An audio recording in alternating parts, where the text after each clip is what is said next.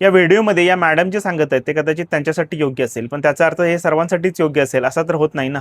मित्र, आपण पाहतो की आपल्या आजूबाजूला अनेक लोक मराठी शाळांमध्ये, मराठी माध्यमामध्ये शिकून अगदी देश विदेशामध्ये वेगवेगळ्या पदावरती कार्यरत आहेत.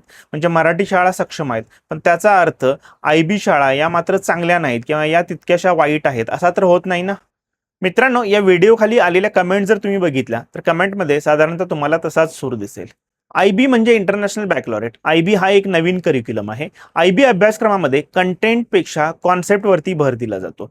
IB अभ्यासक्रमामध्ये पुस्तकं नसतात, करिक्युलम असतो म्हणजे अभ्यासक्रम असतो, पण त्याच्यासाठी ठराविक अशी पुस्तकं नसतात. तर त्या अभ्यासक्रमासाठी लागणारे जे रिसोर्सेस आहेत हे शिक्षक आणि विद्यार्थी इंटरनेटवरून घेतात. इंटरनेटचा अमर्याद वापर असल्यामुळं एखाद्या विद्यार्थ्याला त्याच्या आवडीच्या विषयात जेवढ्या खोलवर जायचं आहे तेवढ्या खोलवर जाऊन शिकता येतं. अर्थातच त्याच्याबरोबर शाळेनं आणि शिक्षकांनी विद्यार्थ्याला बरोबर दिलेल्या नोट्स सुद्धा असतातच.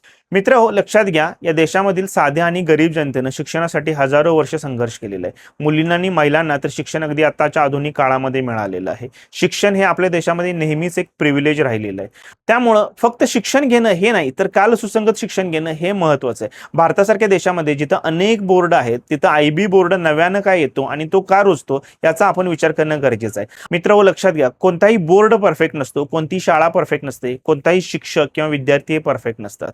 साध्या शाळेमध्ये शिकून मोठी झालेली जशी अनेक उदाहरणं आहेत, तशी मोठ्या किंवा इंटरनॅशनल शाळेमधून शिकून सुद्धा काही न केलेली सुद्धा अनेक उदाहरणं आहेत. तर त्यामुळे इथं शाळा किंवा बोर्ड हे महत्त्वाचं ठरत नाहीये. साध्या शाळेमधून शिकलं म्हणजे यशस्वी होत नाही आणि महागड्या शाळेमधून शिकलं म्हणजे विद्यार्थी यशस्वी होतात असं काहीही नसतं.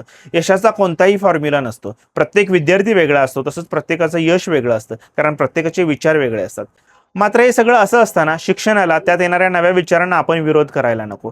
शिक्षणापासून वंचित राहिलेल्या या समाजानं त्याची किंमत शेकडो वर्षे भोगलेली आहे. तर त्यामुळं IB बोर्ड भारतामध्ये येत असताना किंवा IB बोर्ड इथं रुजत असताना आपण IB बोर्डला विरोध करत आहोत. आपल्याला परवडत नाही म्हणून IB नको असं तर आपण म्हणत नाही आहोत. विचार करा आणि तुम्हाला काय वाटतं ते कमेंटमध्ये लिहून नक्की सांगा.